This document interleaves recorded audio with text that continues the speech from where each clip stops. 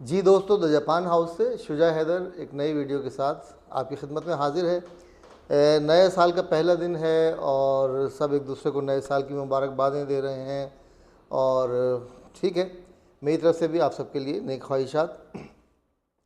پچھلا سال جو گزرا اس میں بہت سارے اہم واقعات ہوئے۔ میرے نزدیک جو اس میں سب سے اہم واقعہ جو ہوا، ویسے تو بہت سارے واقعات اس سال میں ہوئے، لیکن میرے نزدیک سب سے اہم واقعہ اس سال کے آخر میں جو ہوا وہ ایک ڈیبیٹ تھی جو انڈیا میں کسی اسٹیج شو پہ ہوئی، جہاں پر جاوید اختر صاحب جو کہ کسی دین کو کسی مذہب کو نہیں مانتے ہیں وہ، اور ہمارے اسلام کے مولانا شمائل ندوی صاحب جو تھے ان کے درمیان ایک مناظرہ ہوا، ایک ڈیبیٹ ہوئی۔ اور میرے نزدیک یہ اس لیے اہم ہے کہ جو یہ انڈیا، پاکستان، بنگلہ دیش، یہ ہمارا جو سب کانٹیننٹ ہے، یہ ایک ایکسٹریمزم کا اس میں جو ہے وہ رجحان عام ہے۔ تو یہاں پر ایک ایسے بہت سینسیٹیو ٹاپک کی پبلکلی ڈیبیٹ ہونا میرے حساب سے یہ ایک بہت بڑا ایونٹ تھا، اور اس ایونٹ کے لیے جو بھی اس کے منتظمین تھے، جو بھی اس کے ایڈمنسٹریٹر تھے، جو بھی اس کے مینجمنٹ کے لوگ تھے، ان لوگوں کو میں بہت زبردست اس کی مبارکباد دینا چاہوں گا کہ بہت زبردست آپ نے کام کیا ہے۔ اور انڈیا کا بھی تھوڑا سا پازیٹیو چہرہ نظر آیا کہ انڈیا میں اس قسم کی عدم برداشت کا ماحول نہیں ہے، مگر لوگ جو ہیں وہ اس لیول پہ گفتگو برداشت کر سکتے ہیں۔ اچھا، تو میرے حساب سے انڈیا میں اس پروگرام کا ہونا جو ہے وہ ایک بہت اہم واقعہ تھا۔ اچھا، اب اس میں ہوا یہ کہ کچھ دلائل جاوید اختر صاحب نے دیے، کچھ شمائل ندوی صاحب نے دیے، اور اوور آل جو آپ کا ویور ہے اس کو ایسا لگتا ہے کہ جناب مولانا شمائل ندوی صاحب جو ہے اس معاملے میں فاتح قرار پائے، اور جو کسی حد تک بالکل صحیح بھی ہے۔ اب اس کے اوپر سب نے اپنی اپنی اوپینینس دی ہیں، سب نے اپنی اپنی آراء سے جو ہے نوازا ہے لوگوں کو۔ میرے حساب سے بہت زبردست اس بات سے بھی رہا کہ پہلی بار ہم نے کسی مذہبی اسکالر کو، کسی ریلیجس پرسن کو اتنے تحمل سے، اتنی قابلیت سے اور انگریزی کے اتنے خوبصورت الفاظ کو استعمال کرتے ہوئے دیکھا ہے۔ تو اس لیے بالکل مولانا شمائل ندوی صاحب جو ہے وہ قابل تحسین ہے ان کا یہ عمل، اور ہم سب کے لیے، ہم تمام مسلمانوں کے لیے جو ہے وہ ایک بڑی خوشگوار حیرت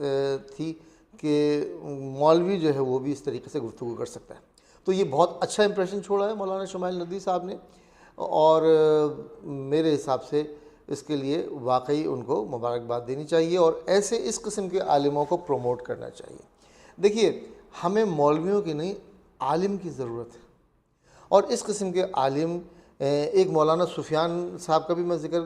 کروں گا کہ وہ بھی ٹریڈیشنل مولوی کے بجائے بڑی عالمانہ گفتگو کرتے ہیں۔ تو کیونکہ آج کل یہ ڈیبیٹ بڑھ رہی، جیسے جیسے وقت گزر رہا ہے، دنیا جو ہے وہ ایتھیزم کی طرف زیادہ جا رہی ہے، تو اس قسم کے ہمیں عالموں کی ضرورت ہے جو کہ بڑے سائنس سے یا بڑے دلیلوں سے جو ہے وہ ثابت کر سکیں کہ نہیں جی، مذہب اپنی جگہ ایک مسلمہ حقیقت ہے۔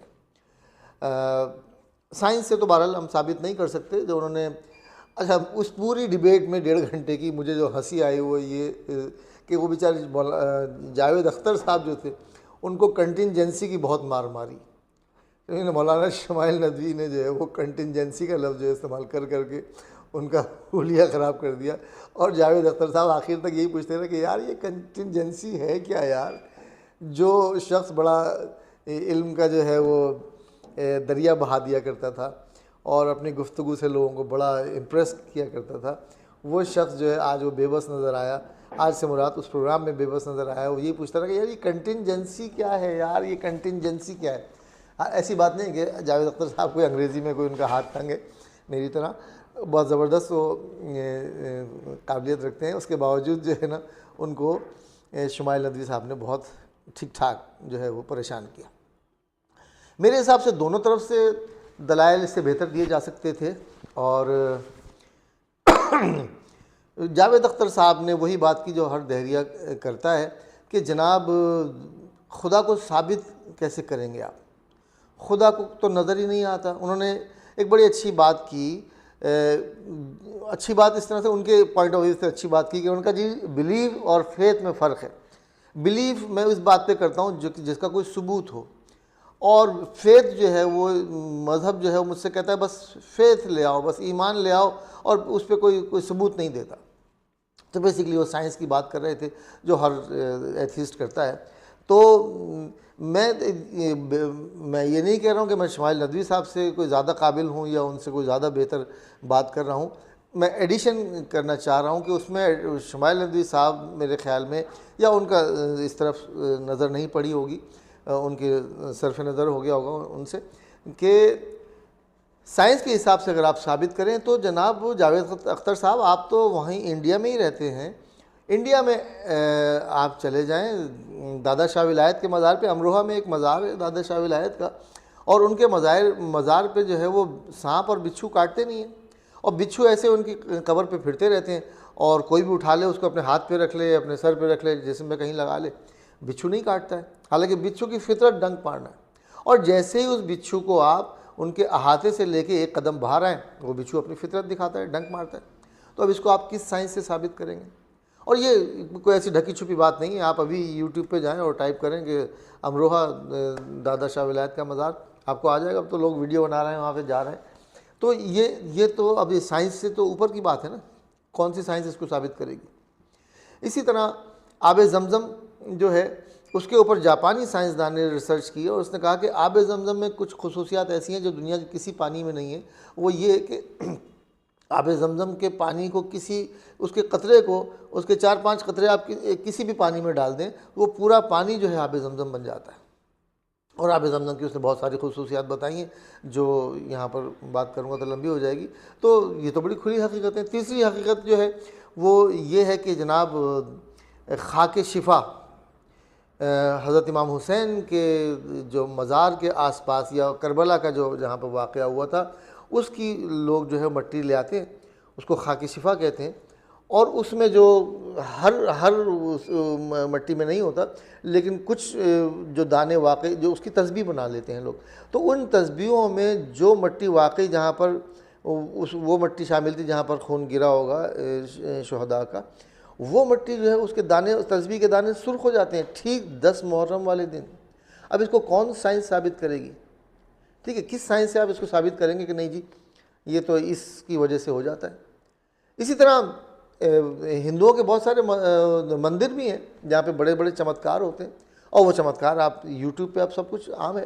تو اس کا مطلب ہے ریلیجن اپنی کچھ اہمیت رکھتا ہے۔ اچھا، میں یہ ڈیبیٹ نہیں کر رہا ہوں ابھی کہ جناب ہندو صحیح ہے اور مسلمان صحیح ہے، اور وہ سب ایک بات کی بات ہے۔ میں تو خدا کے وجود کے اوپر اپنا جاوید اختر صاحب کو دلیل دے رہا ہوں کہ خدا کا وجود ہے جبھی تو یہ چمتکار یا معجزے ہو رہے ہیں۔ اب ان معجزوں کو آپ آنکھیں بند کر لیں اور جناب اگنورنٹ ہو جائیں تو کیا نام ہے، شتر مرغ کے جو ہے ریت میں منہ چھپا لینے سے طوفان نہیں ٹل جاتا ہے، طوفان تو اپنی جگہ اٹل ہے۔ تو خدا یا بھگوان یا گاڈ، اس کو آپ کوئی بھی نام دے لیں، وہ تو نظر آ رہا ہے، بالکل کلیئر ہے، اس کی بڑے واضح ثبوت ہیں۔ آپ نہیں مانتے تو وہ آپ کی مرضی ہے۔ دیکھیں، ابو جہل کو ابو جہل اس لیے کہا جاتا ہے کہ وہ جانتے بوجھتے اس نے انکار کیا۔ ٹھیک ہے، ایک تو جاہل آدمی ہوتا ہے کہ جو اس کو پتہ ہی نہیں ہے، وہ بالکل جاہل ہے۔ ابو جہل کیوں کہا گیا اس کو؟ ابو جہل یوں کہا گیا کہ وہ پہچان گیا، اس نے آن کے رسول اللہ سے کہا کہ محمد اگر تم واقعی نبی ہو تو بتاؤ میرے ہاتھ میں کیا ہے، میری مٹھی میں کیا ہے۔ اس نے مٹھی میں ایک کنکر چھپا رکھا تھا۔ اب رسول اللہ صلی اللہ علیہ وسلم نے چاہتے تو بتا دیتے کہ ہاں بھائی تیرے ہاتھ میں کنکر ہے، نہیں، انہوں نے کہا اور تجھے میں کلیئر کرتا ہوں، ان کا جو اگر تیرے ہاتھ کا چھپا ہوا کنکر خود میرے رسول ہونے کی گواہی دے دے تو پھر تو ایمان لے آئے گا۔ اور انہوں نے یہ بات کہی تو پتھر جو تھا اس نے ہاتھ میں جو کنکر چھپایا ہوا تھا اس میں سے آواز آنے لگی لا الہ الا اللہ محمد رسول اللہ۔ تو ابو جہل بجائے اس کے کہ اپنا سر نگوں کر دیتا، ایمان لے آتا، اس نے اس کو پتھر کو پھینکا اور بھاگ گیا وہاں سے۔ یعنی ابو جہل اس لیے کہا جاتا ہے کہ جانتے بوجھتے سب چیزیں جاننے کے باوجود جب آپ انکار کرو گے تو آپ ابو جہل کہلاؤ گے۔ تو یہ جو مثالیں ہیں، یہ جو حقیقتیں ہیں، جو میں نے آپ کو 3 بڑی بڑی حقیقتیں اسلام کی دیں، اور مندر کے بھی آپ بہت سارے ہندوؤں کے وہ ہے یوٹیوب پہ ہے کہ جناب رام سیکھ کیا ہے، آپ لوگ یوٹیوب پہ دیکھ لیجئے گا. 7,500 سال پہلے ایک واقعہ ہوتا ہے، اور جو کتابوں میں لکھا ہوا ہے، اور اس کے بعد جناب سائنس اس کو دیکھتی ہے، کہتی ہے ہاں واقعی انڈیا سے سری لنکا تک پتھروں کا ایک راستہ بنا ہوا تھا، بنا دیا گیا تھا یا بن گیا تھا، کسی نے تو بنایا تھا اس کو. اور اس کے بعد وہ اب وہ زمین سے سطح سمندر کا پانی بلند ہو گیا، تو وہ جو راستہ ہے، پتھر جو ہے ہوا پانی کے اندر تیر رہے تھے، وہ پتھر ابھی تک تیر رہے ہیں، اور وہ زمین سے سطح سمندر سے 30 فٹ نیچے چلے گئے، لیکن وہ پتھروں کا راستہ ابھی تک موجود ہے. اس کا مطلب یہ ہے کہ کوئی تو طاقت ہے جو اس دنیا کو چلا رہی ہے، اور اس کے بڑے واضح ثبوت ہیں. آپ ثبوت کو دیکھتے بھالتے ہوئے بھی، جان بوجھ کر بھی اس سے آنکھیں بند کر لیں، صرف اس لیے کہ جناب آپ کی انا کا مسئلہ ہے، یا آپ لائف کو انجوائے کرنا چاہتے ہیں، اور آپ کو وہ مذہب جو ہے اس کے راہ میں حائل ہوا ہے، رکاوٹ بنا ہوا ہے، تو آپ اس رکاوٹ کو جو ہے تسلیم نہیں کرنا چاہتے. وہ آپ کی مرضی ہے، لیکن خدا کا وجود سے انکار ممکن نہیں ہے. بہت بہت شکریہ، دھنیہ واد، اریگاتو گوزائیماشتا.